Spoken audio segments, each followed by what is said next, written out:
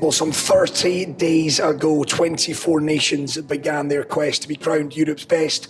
Only 2 remain. We are down to the final 2. It is England against Spain, and we find ourselves once again at the Coca-Cola Fan Zone by Miguel against myself, Chris McHardy, joined by a man who has been with me every step of the way. I've spent more time with this fella than I have my missus and kids over the last month. It is the one and only Neil Taylor, former Swansea, former Aston Villa, former Middlesbrough, 43 caps for Wales as well. Neil, thanks once again for being with us. No problem, my pleasure. Listen, so much to get through. I want to talk England, I want to talk Spain and what's been their secrets to their respective success, but I want to talk about you because some 8 years ago, Neil, you've been down not quite this road before. You were one shy of reaching a final, but Wales's kind of golden tournament, if you will, semi-finalists at Euro 2016, and some 8 years on, you still remember it like yesterday? Yes, I do. Every time a Euros comes around as well, you reminisce over it, and you know what each team's going through and the players, etc. It's just a wonderful summer. It's something you don't forget, tournament football. I competed in the Olympics as well, and it was the same thing in terms of tournament football is like nothing else. And especially when that jeopardy comes in where you could lose a football match on a moment. You know, we talk about England have been a team of moments, literally a team of moments this tournament, where Spain have been the best team at the tournament. So tonight is going to be about who has them better moments. There's no doubt for me that Spain will dominate the game and be the better team. But for me, it is all about moments. And people talk about golden generations. It's a massive word, isn't it? The countries use, the people like Georgia and Albania in this competition. But for sure, for us in 2016, that was our golden generation. It's interesting you talk about moments. Did you have any inclination? And hindsight's a wonderful thing, I know, Neil, but looking back on it now, that kind of 10 days in camp before a ball was kicked at Euro 2016, did you have a feeling that you boys could do something special? No, I've got to be honest. It was our first tournament, and for a lot of people, it was first tournament football ever. So when you go into it without experience, you hear Gareth Southgate talk a lot about tournament experience, taking players to tournaments to get them ready for the next one and the next one. We had nothing.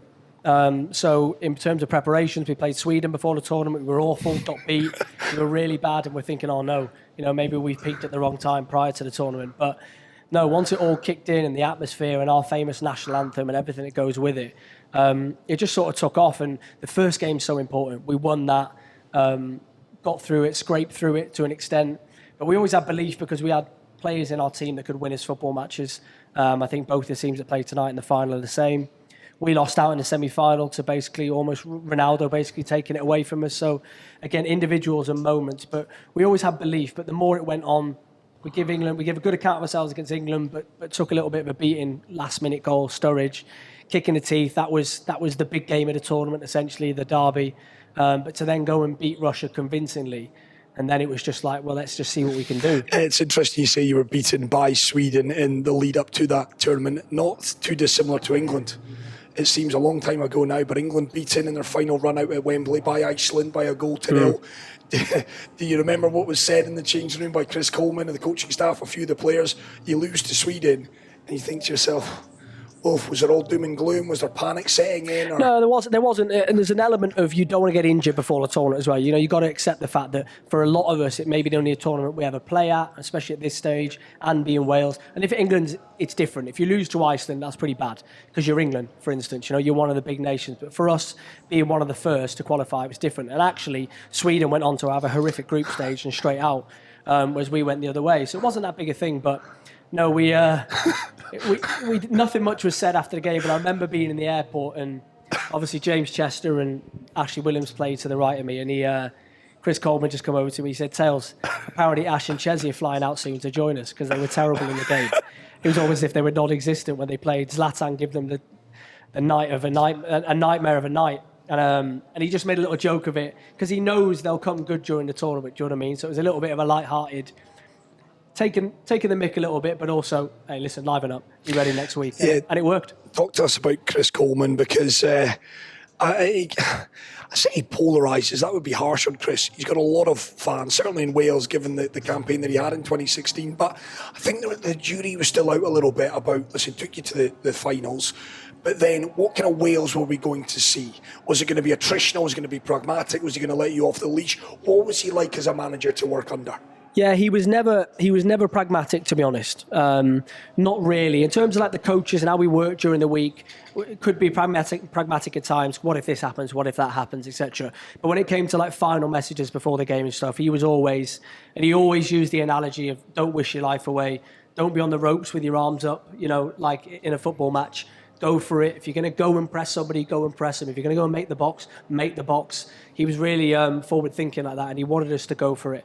And of course, he knew we had the players to do it as well. And that also gave us the armour a little bit as well, as when we were under the cosh.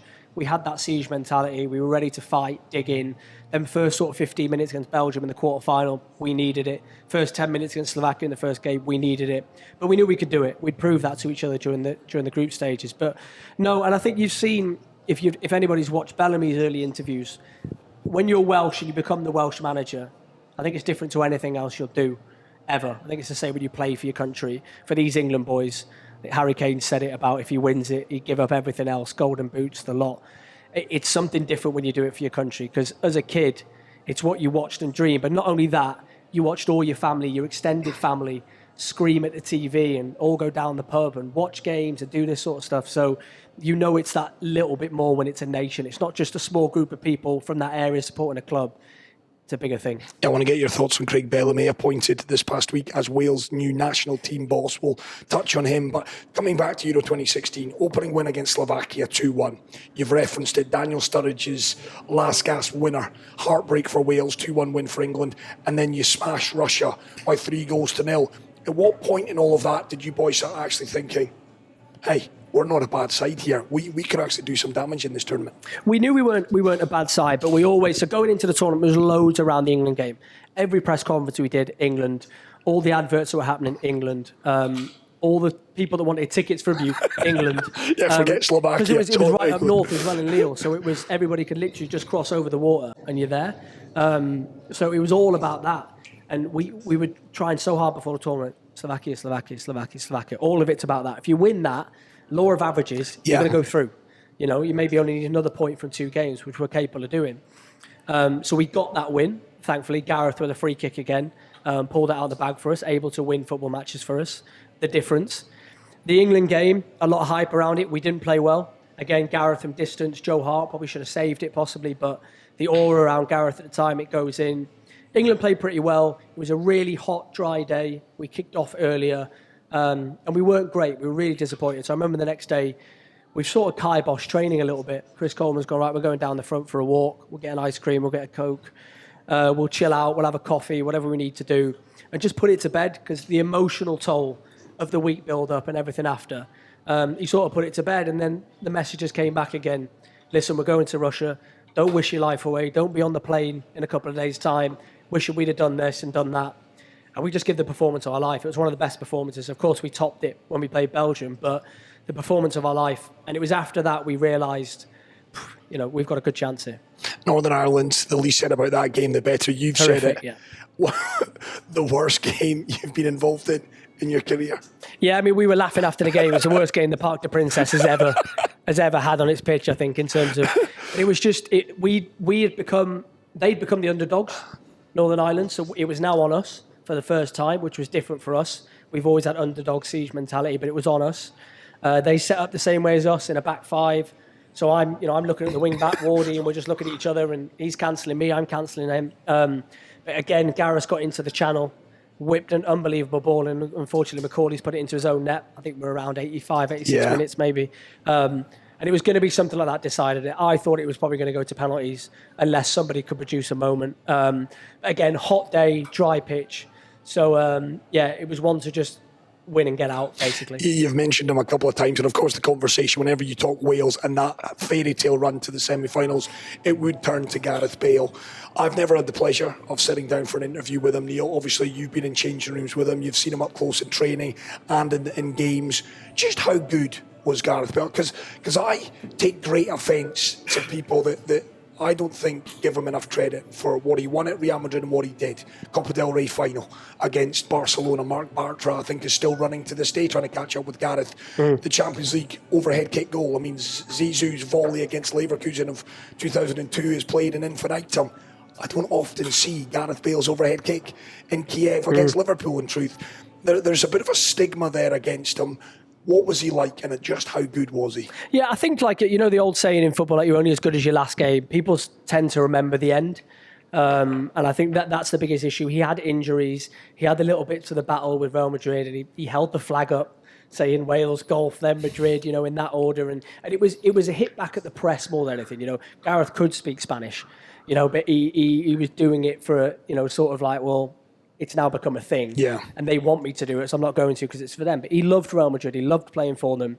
I still think he's the best export that Great Britain's ever produced in terms of going abroad and what he achieved. Bellingham may go on to eclipse that, depending on what he does. But for me, I can't think of anybody that left the UK and did better than Gareth in terms of trophies and becoming, in my opinion, with Ronaldo and Messi for 2-3 years, the best player in the world. What was he like? Was he vocal in the dressing room? Yes and no. I mean, he led by example. He was quite childish, a little bit of a kid around the changing room, etc. Liked playing pranks, enjoyed being with his mates. A very down-to-earth fella. He wasn't somebody for the extravagant cars and the lifestyle and the watches and that sort of stuff. He definitely wasn't that person. So he enjoyed being on international break for that reason, because he was with his mates and people that he knew. But overall, a really, really good lad. Top player. Who give a lot, and his body just broke down in the end, and that's all people remember. But my goodness, yeah, he was in the top 3, which I don't think anybody else has breached, close to Messi or Ronaldo in the last decade apart from him. What's your abiding memory of him on the pitch? Is there a moment, is there a game where you just looked? There's too many. Is there? There's too many. Even after I retired, like, he's almost single-handedly took us to another Euros, to a World Cup, just by moments. And the thing about me for football, we discussed this before, about recruitment. Recruitment's the biggest thing for football clubs, for anybody, because people produce moments. How are England in the final? Moments. Jude Bellingham's overhead kick. We can all accept they are almost definitely not the second best team in this tournament. No. In terms of watching them, in terms of what they produced, chances on target, but they've got people who produce moments. You know, Palmer's pass, Ollie Watkins' finish, Bellingham, Saka. Unbelievable, cutting inside. People that can produce moments that pull you out the bag and give you belief that you can actually go and do something. And he gave us that alongside the likes of Aaron Ramsey. Oh, that's it, Aaron Ramsey. And people like that. And we missed Aaron Ramsey, and Mendy was suspended for the semi-final. And topic we'll probably get onto another time. I think the refereeing got way too yellow cardy in the round of 16 and quarters. And you don't want people like Carvajal missing semi-finals and stuff, you know. I know he did his best anyway to get himself sent off. But I think you don't want people missing, you know. And I think that we couldn't afford to miss them 2 players in the semi-final. It might have been the difference. But, yeah, for me, he produces moments. And people that can do that, worth their weight in gold. Bale's top of the tree. You've said it for 2-3 years. He was maybe on a par with Messi and Ronaldo in terms of his consistency week in and week out. How far off that level was Aaron Ramsey? Because Man United tried to get him as a young boy. He turned them famously down. He would join Arsene Wenger and Arsenal. We know about the leg break, etc. But Arsene put a lot of faith and trust in Aaron. Just how good was he? Yeah, top player. First of all, could run. Not a lot of people will understand. Aaron always come out top of the running stats. Would run and run and run all game. Sort of played like the school kid in the playground still. He would go and get it off the goalkeeper if you had to tell him, Aaron, just stay up there, you know, because he's like, give me it. No matter what the stage, the occasion, we need a goal in the last 5-10 minutes, give him the ball. And he'll always try forward passes. Always try forward passes. He'd give it away, get it again, give it away, get it again, but he'd make the difference at some point. And he had that in him. He had that football arrogance. And he was fantastic. He was fantastic from about 15, 16 years of age. Broke through at Cardiff really early, and then Arsenal took him. But again, another fantastic player that we don't often produce in the UK. You know, the Phil Fodens of the world, the Aaron Ramseys, and we don't tend to produce them that much, but when you do, they're special, yeah. Yeah, they are special, and you had both of them in your starting 11 for the big one, the quarter-final against Belgium. You've played over 400 first-team matches at various levels, right to the very top, Neil. Is that win over Belgium? Went 1-0 down early, you would eventually win it 3-1. Is that the best game you've ever been involved in? Performance-wise? Yes, I've got to say so. Russia, we were really good, but given the opposition, given I think they were ranked number 1 in the world at the time, given it was their golden generation, they were supposed to go and win it. We're playing the favourites. But we knew, we played Belgium in qualifying, so we knew we had the, and it's funny actually, so we played obviously really, really well. So after they scored, and Angolan's one of the best goals I've seen live as well in terms of first time. If nobody's seen it, rolling across you to hit it first time in the top corner past Wayne Hennessy, who's 6'6", himself, was an unbelievable. But after that, the way we played, we dominated the football. They had 1 or 2 injuries at centre half. So when the team sheet came in, I think the Tongan's missing. I think maybe Alderweireld might have played, I'm not sure, but there was a couple missing in there. And you looked at it and went, okay, with Aaron, with Gareth, there's half a chance here. And we just dominated the football match then for the rest of the first half, early second half, got goals at the right moments, and it was brilliant. But I flew into to Sardinia with my family after the tournament, and I seen Joe Ledley there, and he was there as well. I didn't know he was going, and both our wives were speaking, and they were going, "Has he been a nightmare?" Yes. Has he been a nightmare? Yes. Like we got cabin fever, being together for 8 weeks. Like you almost we needed to decompress from the tournament. Coming back to 3-4 kids and going on holiday and not preparing for a match and all that, it was really, really strange. And we had a massive come down. We'd done the parade back in Cardiff, all that sort of stuff. Massive come down. Anyway, I've gone over to like a little kids' ball. Eden Hazard's in there. And he basically said, he was like, as soon as we knew we had Wales, it was like they felt it. Because we played them so many times. They felt the nerves. They felt it. It's just that one team that we can't seem to beat. We played them at the Cardiff City Stadium. We'd not been beat by them away as well. For a team that were ranked so highly in the world at the time, there was just a feeling around us against them. Iceland, England. It's a thing where Iceland will now think when they play England, oh, we can do it. There's proof in the pudding, And I think for him to say that, sort of resonated in terms of how it looked on the pitch as well and how we came through it, that there was just a feeling for them about playing us. And it was funny he said that, yeah, but it felt the same for us. It felt achievable for us. Did Eden leave the hotel soon after he bumped into you and Joe? Or no, he didn't. He was trying to go under the radar anyway. He's a big superstar, isn't he? So he was trying to stay under the radar. But no, he said congratulations. We spoke a little bit. And fantastic guy. I come up against him a lot of times over the years, and he was top player. Was it Cristiano Ronaldo and Nani that scored the goals? Yeah, so Ronaldo, I actually went out for the short corner. They didn't take it short. They played it in. And I remember when he took the corner, I'm looking behind me. I've spun around, looked quickly, and I'm thinking this is going out the back of the box. He's over hit it. Some fella just comes out the pack up here, up near the ceiling. And if you watch it, I've played with James Chester for 5 years, and he can jump. He's got one of the biggest leaps. We do jump tests in football and all that stuff. One of the biggest leaps, and he's right up there. And Ronaldo's knees were around the top of his head in terms of the height, and he's just gone bang. And that's where you go again. And Portugal were the same. Solid, hard-working team. Not many superstars in there. I had the one fellow who could create moments, and then he had the shot that Nani just deflected in. Game over. Coming off the pitch that night, any regrets or none at all? Devastated, really tired, really, really tired. There's a lot of emotion around tournament football. You probably heard people speak about it. Gareth spoke about it, etc. A lot of emotion around it. A lot of travelling back into your hotel, out to your next game, back to base camp, out to your next game. A lot of that goes on. So it was just one of them where you go, it's actually finally over and it's come to an end. And it's funny, we were due to go back the next day, but they delayed it, and they were like, "No, we've got to put a parade on. There's an open top bus and that." And we're going, "What? Really?" Like we got out in the semi-finals. Like no one's going to be there. It's over. Everyone's going back to work. This, that, and the other. We're thinking it's not going to happen. We're almost a little bit embarrassed about it. Like, are we sure we should be doing this? We're speaking to the people higher up, going. Anyway, we've done it, and it was unbelievable. The whole of Cardiff was packed out.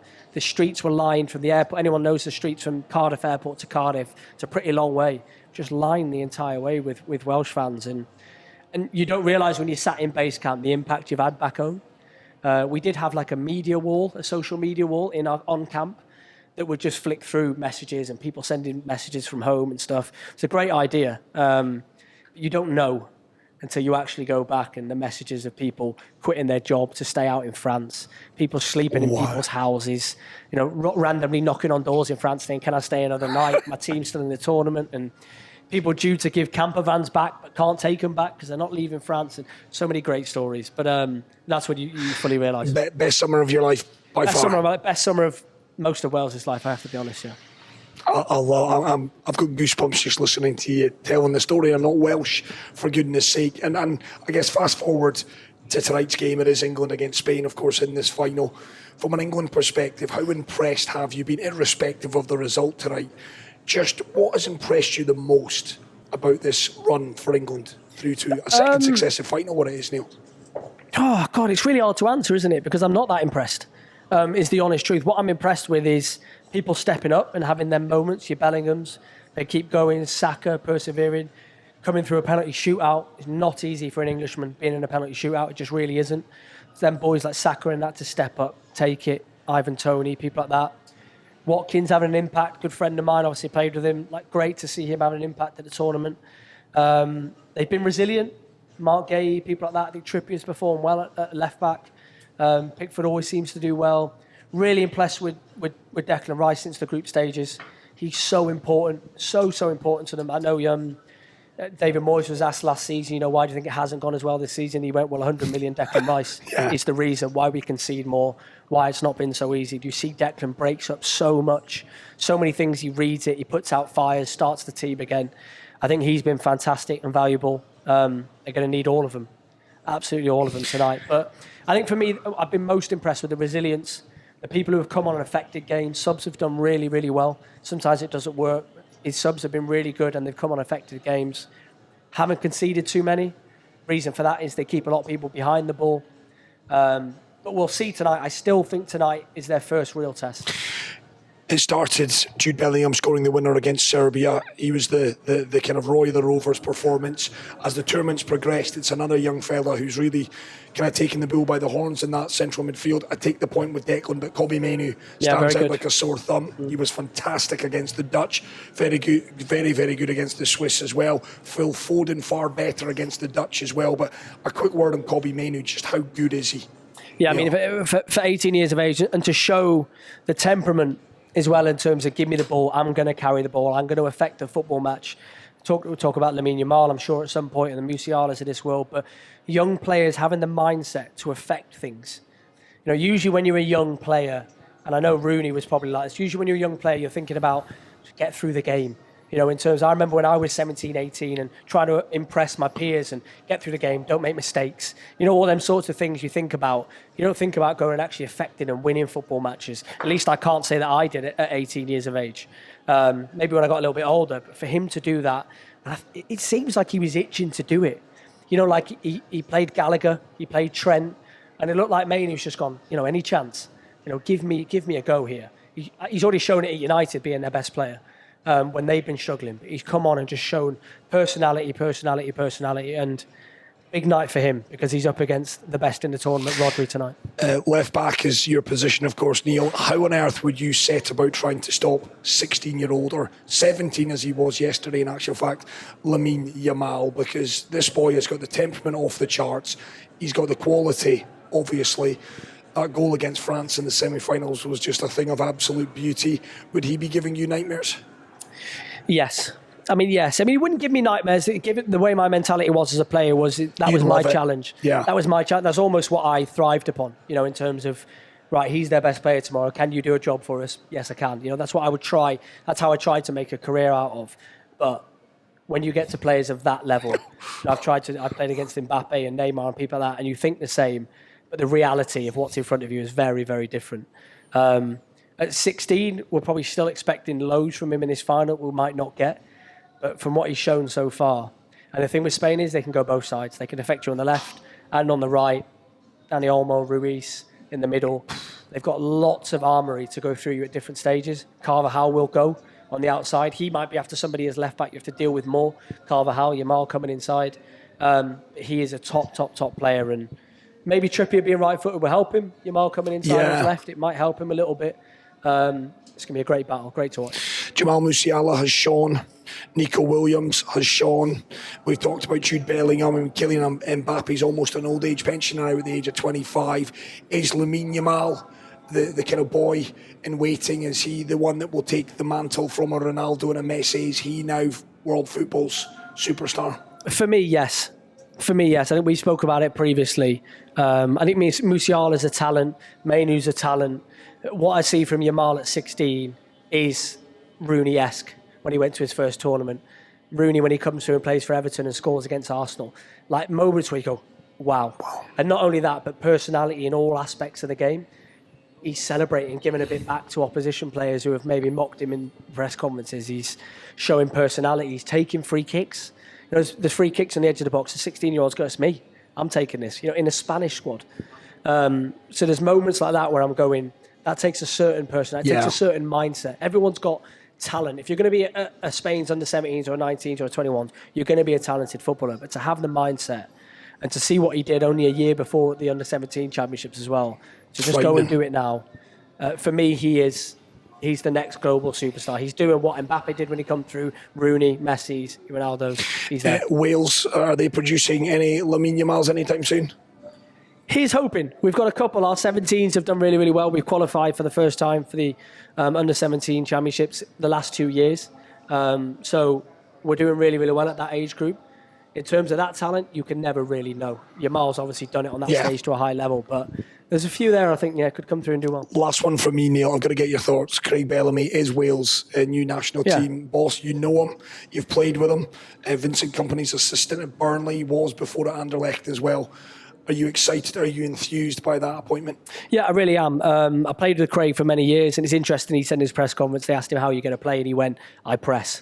And that was basically it. And that was him as a player. Press, press, press. And he wants that from his team. A football nut. He knows everything about football. He watches football. He lives it. He breathes it. His standards are ultra, ultra high, higher than anybody you'll come across in terms of what he wants. So all of that combined with him being Welsh, enthusiastic, and it's his first job. So no one will work harder than Bella's. Really excited. A great guy, fantastic when I played with him. I'm sure he's going to be doing I've got really no doubt as well. Listen, Neil Taylor, a pleasure. It's been great to work with you over the course of the month. I would say may the best team win tonight, Spain and England, but we both know who we want to win. Viva España. Come on, cheers, Neil. Dubai Eye 103.8. Join the conversation.